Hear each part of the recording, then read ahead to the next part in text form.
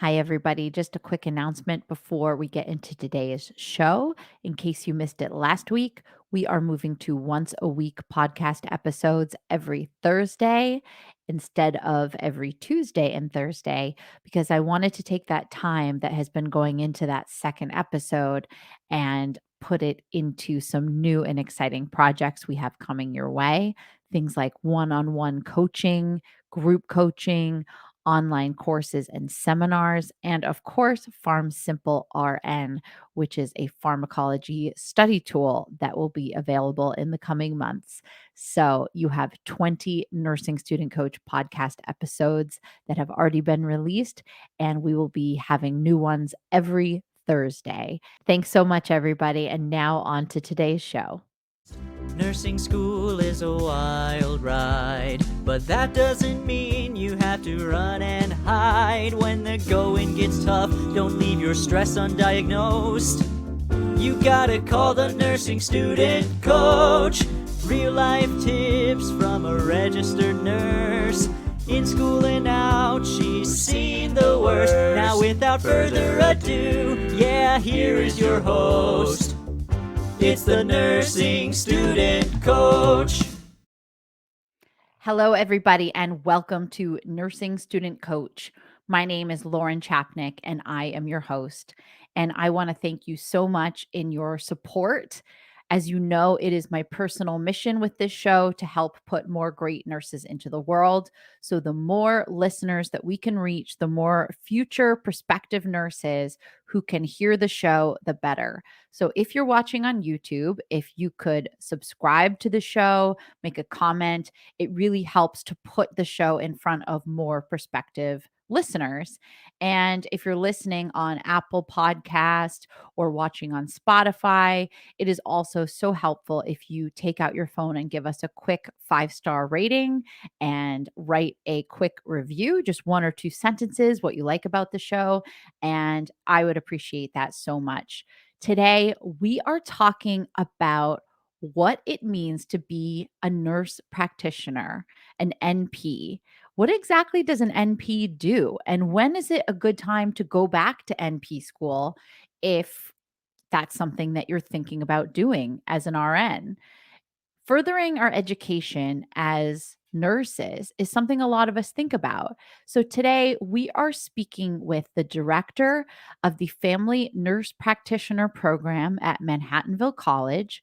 Her name is Dr. Karen Bourgeois.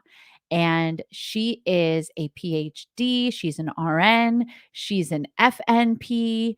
And she has been in nursing education for over 25 years. So, if anybody can answer the big questions about what this degree is all about, what are some of the differences between FNP and the different NP specialties, what can you do with this degree, and what are some other advanced degrees and what makes them different? We are here to answer all of these questions today and speak to one of my favorite people. So, I would like to welcome Dr. Karen Bourgeois.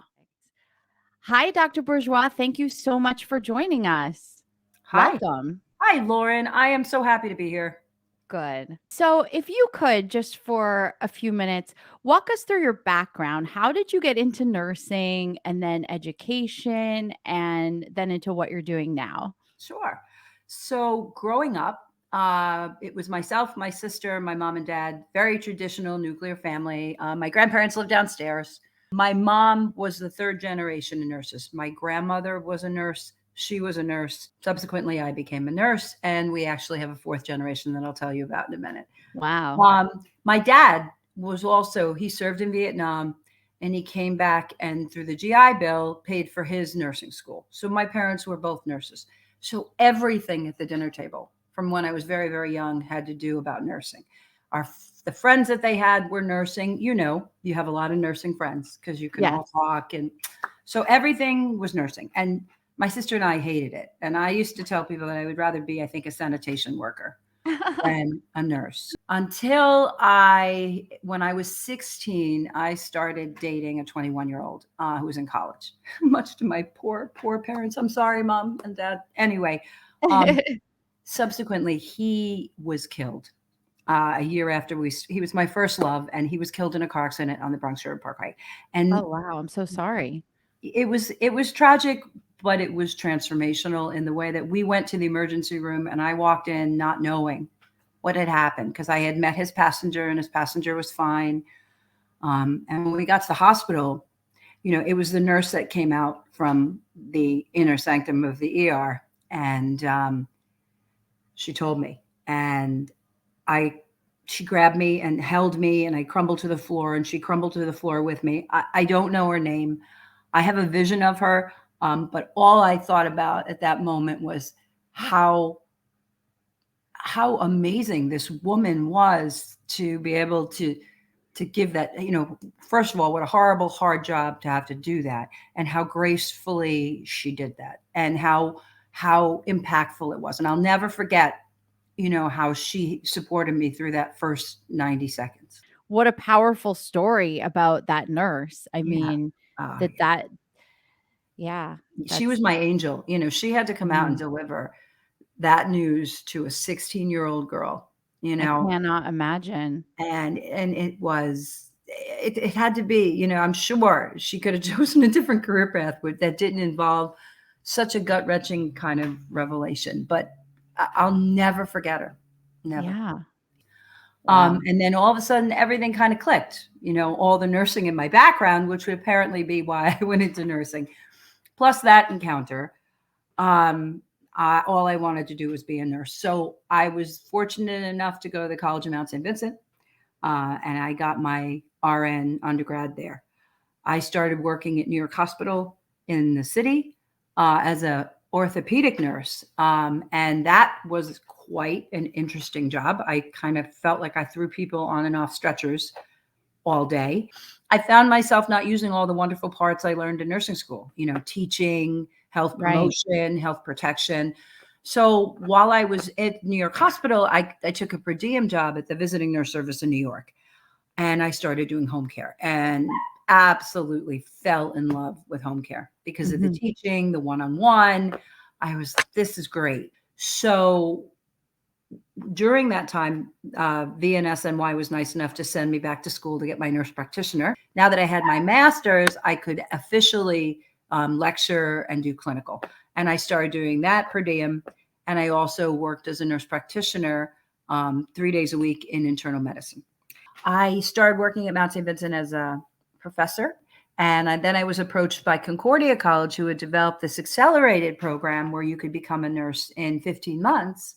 And they wanted me to work there. And I thought to myself, you can't make someone a nurse in 15 months. Prove me wrong.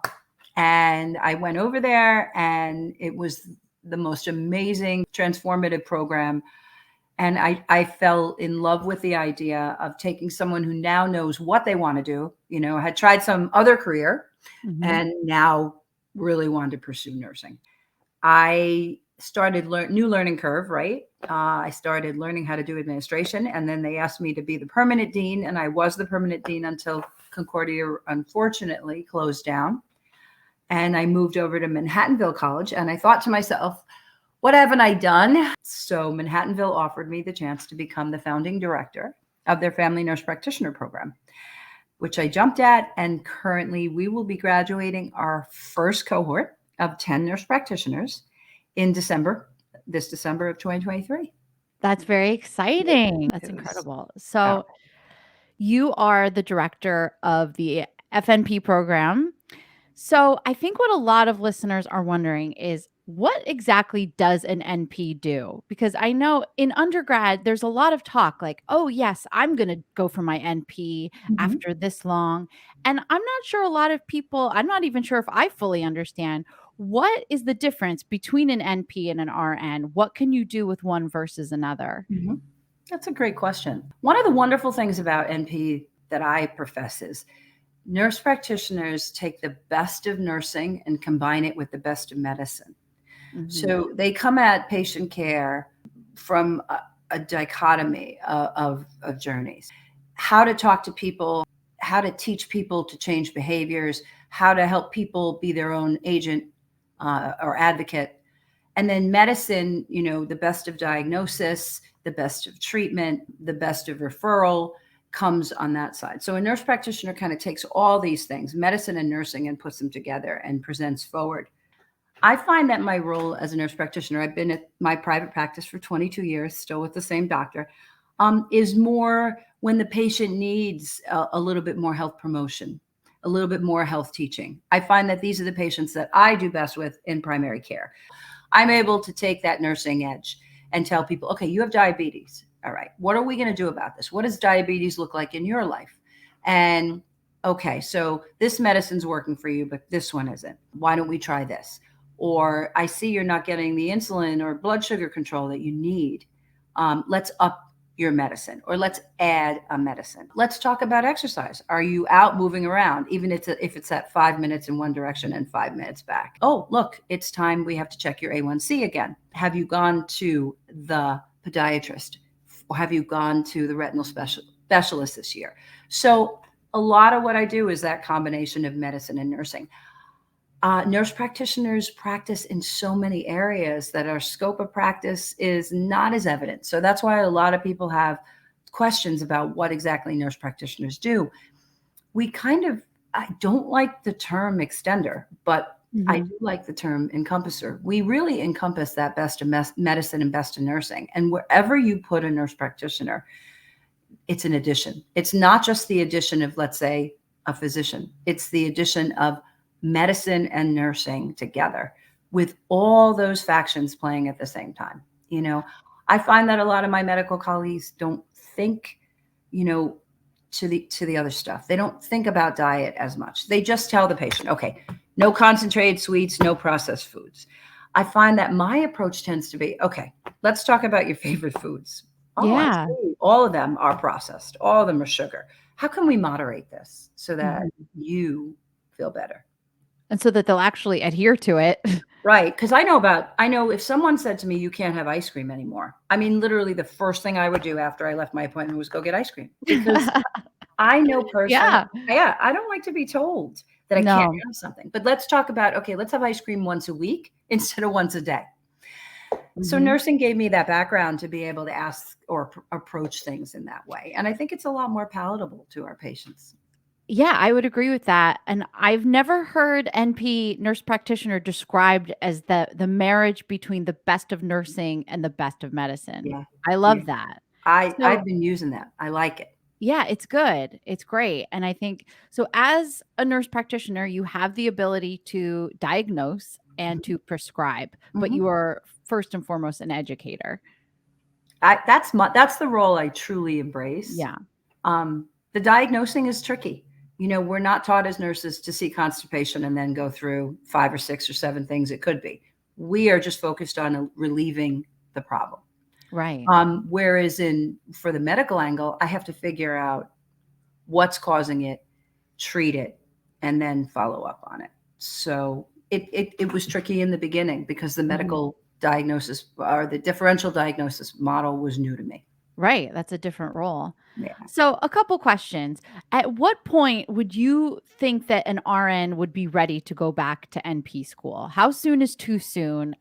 Should you have a certain number of years of experience as a working RN before you apply? What's your opinion on that? That's a really great question. When I first started as a nurse practitioner, I graduated in 94 from Mount St. Vincent, and I waited till the summer of 1998 to go back. I really felt at the time that having those years of experience prepared me better to go back to school. So I was very judgmental of the newer programs that have come along that basically said you can graduate in May and come back in August and we'll make you a nurse practitioner. I kind of felt that it eliminated a lot of the nursing part, and we're nurse practitioners, so you need that nursing part. And so, but I have to go back to when I also thought you couldn't make a nurse in 15 months after coming through a 4-year program. I knew 2 years was possible. I knew 4 years was possible. I thought to myself, 15 months is ridiculous. But Concordia changed my view on that. So now, looking at the current environment, especially at a program like Manhattanville, we start with advanced theory, advanced research, leadership, and ethics. That encompasses 2 semesters of our program. So theoretically, if someone graduated in May and started in August or September of the same year, they would just be advancing kind of their book knowledge, advanced theories, advanced research techniques, advanced ethical issues, and advanced leadership. That gives them a whole additional year of core courses to get all that nursing experience that year full. And your first year is definitely full of experiences, as you, Lauren, probably would attest to. Yes. It's an overwhelming year.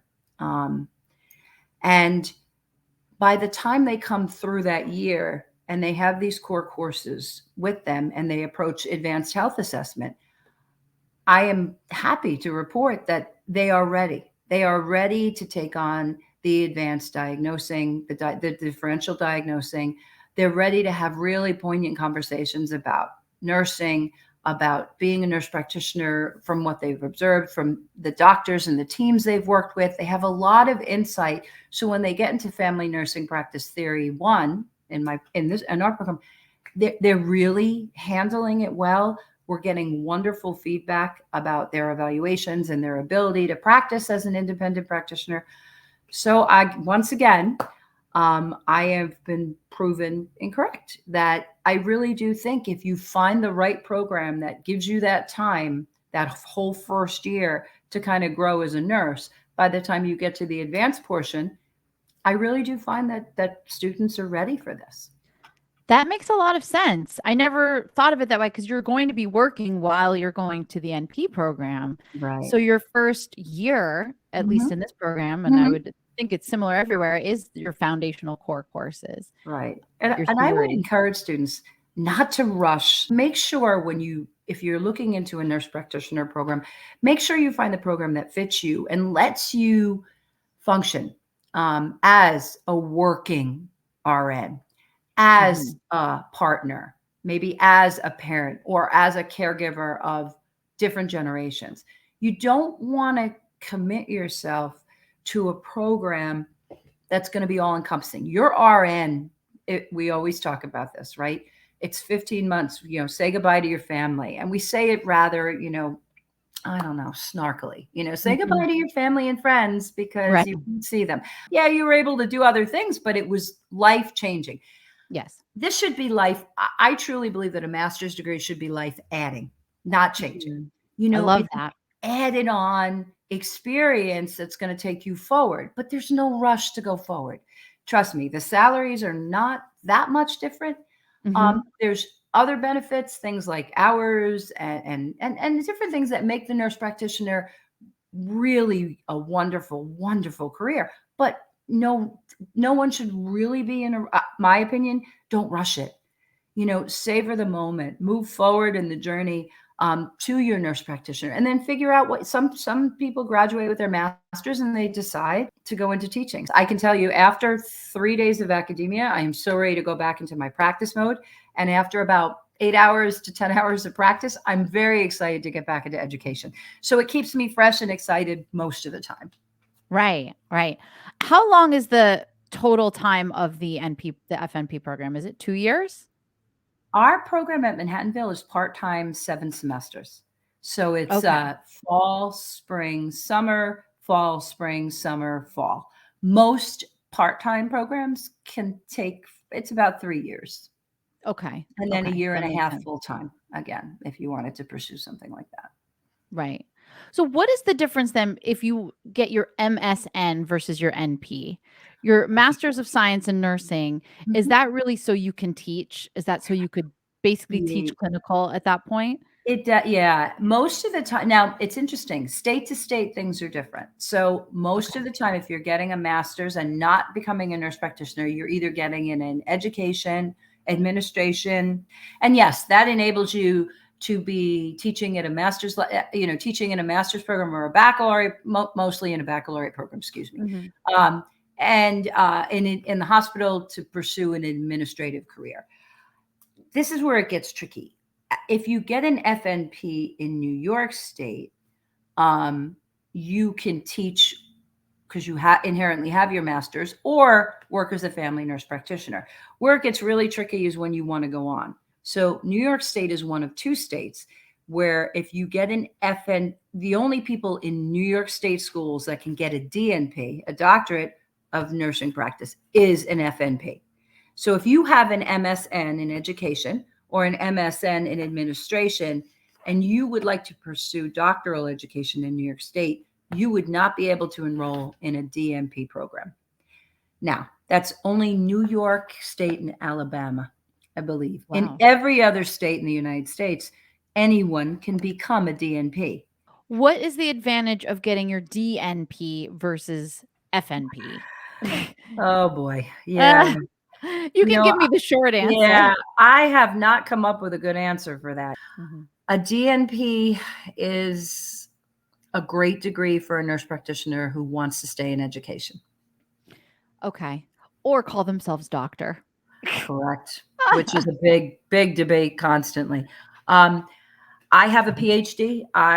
When I knew that I wanted to be in education fully at the time, everyone recommended the PhD and not the DNP. Now they're pretty much interchangeable. If you want doctorate education and you're an FNP, you can either go for a PhD or a DNP.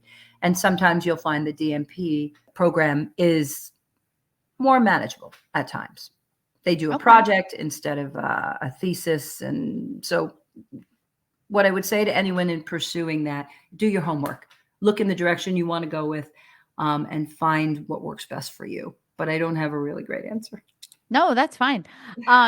So would you say working in a hospital setting as a nurse practitioner versus primary care, would you say you said before you have more one-on-one patient interaction with and more opportunities for education in the private practice setting versus hospital? Yeah, I think in the hospital setting, sometimes the nurse practitioners, the PAs, the residents, and the doctors kind of get their roles overlap. So they become, very performative as to what needs to get done. And I have X number of patients to see. So I always hope that they take their nursing and integrate it into everything they do. I find in primary care, I'm able to spend time doing a lot more teaching and health promotion and protection. Mm-hmm. So with the FNP, it's Family Nurse Practitioner, it's from Birth to earth. Birth to earth is what you had told me. So would you recommend that versus one of the highly specialized areas? Yeah. Unless you're really sure what your Unless niche you're is. really sure that this is something that you want to pursue, hands down. So here's an example. For family nurse practitioner, you have to do 90 hours in our program in pediatrics. That's definitely a hard preceptorship to find. And if you don't ever plan to work with kids, you may feel that it's not going to serve you. I will tell you this, for certain facilities like PM Pediatrics will only let pediatric nurse practitioners train at their facilities because there are only so many spots and they're looking for people who are going to be pediatric nurse practitioners. So in that respect, if you know you want to work with children under 21, I believe it is now, and you never really want to take care of adults, that's an excellent opportunity for you to fulfill your passion. That being said, as a pediatric nurse practitioner, you can go back and get a family nurse practitioner certificate. It's usually it's 4 semesters part-time, and you would get a certificate and then certify for that, and you could take care of adults as well. So you're not backed into a corner. Okay. So, figure out to the best of your ability what you want to do and pursue it that way. Right. So in that sense, working for at least a year might make more sense versus going right into it. Correct. If you really don't know. The core courses are the same for every program: theory, research, ethics, leadership. Right. And a lot of programs will let you transfer them in and out too. Not all, but most. So if you decide after a year in a family nurse practitioner program, I've had a couple students say to me, I really want to pursue pediatrics exclusively. And they've moved to a different program. Oh, okay. Yeah. Well, they figured it out. That's Yeah. good. Okay. Yeah. So Dr. Bourgeois, you spent some time teaching undergraduate nurses, a long time. Yeah. And this is a podcast for undergraduate nurses. You happened to be my professor for about 3 weeks, and it was a great time. you filled in for our health assessment class, and you actually did my check off for my health assessment final. Mhm. And I will never forget where the angle of Louis is because of you. You stumped You're me on that famous. one. So thank Wonderful. you for that. Second intergospel space. I love it. Yep. That's our landmark. Yes. So, if you could give undergraduate nursing students Mhm. one piece of advice, one takeaway for how to be successful in nursing school, One takeaway. what do you think it would be if you could just give them one piece of advice? Get more sleep. Yes, take care of yourself. Take care of yourself. You know, it's the best nurse is not the A, the nurse who gets the A. If I could give you one piece of advice, I say get a B or a B plus and make sure that you're addressing your self-care needs. Sleep, Speaking my eat, language. exercise, get your nails done, have an ice cream cone. You don't need to be, you do not need to get an A in nursing. You just need to get through nursing with yourself intact. And that can be a challenge. So I would just, my one piece of advice is self-care, and make sure you're in a situation that you can provide yourself with that self-care. Like I said, there's no rush. If you wanted to be a nurse, you will be a nurse. It may not work out the first time. It may not work out the second time. You know, life has a way of kind of changing our trajectory. Don't let it derail you. Go with the trajectory it's bringing you in, and then come back to what? Come back to it. I've had so many students who either ran out of money or had a problem at home or whatever it was, and they felt derailed and dejected and that their dream would never come true. No, just not right now. You know, it's not always a straight line, and it'll happen. So if you're not in a position due to funding, due to, you know, pressure, or due to family, whatever it is, just don't try to, you know, lean into that, get that done, and then pursue it. Don't try to do both, because you lose yourself in that process, and you can't do self-care, and it's not good for you. That's so true. It'll happen when it's supposed to happen. Correct. And don't let anyone tell you that it's not going to happen. You know, No. if that's what you want, it'll happen, but you have to be in the right framework. I couldn't agree more. Well, Dr. B, thank you so much for taking the time to speak to us today. I appreciate it so much. And we will talk to you really soon. Thank you Yes, again. thank you so much for having me, and I think you're gonna post my information. If anyone has any questions or just wants to vent, or I would love to participate. Thank you. Absolutely. I will put your email in the description of the show if anybody wants to contact Dr. Bourgeois. And thanks again. I really Great. appreciate it. Oh, thank you, Lauren. All right. Well, that is a wrap for today. Dr. Bourgeois, thank you so much for speaking with us. That was so helpful, so insightful, and it is always such a pleasure. And to everybody out there listening, thank you so much as always. You can follow us on social media. The handle is at Nursing Student Coach, and you can go to nursingstudentcoach.com to join our mailing list and get all the latest updates.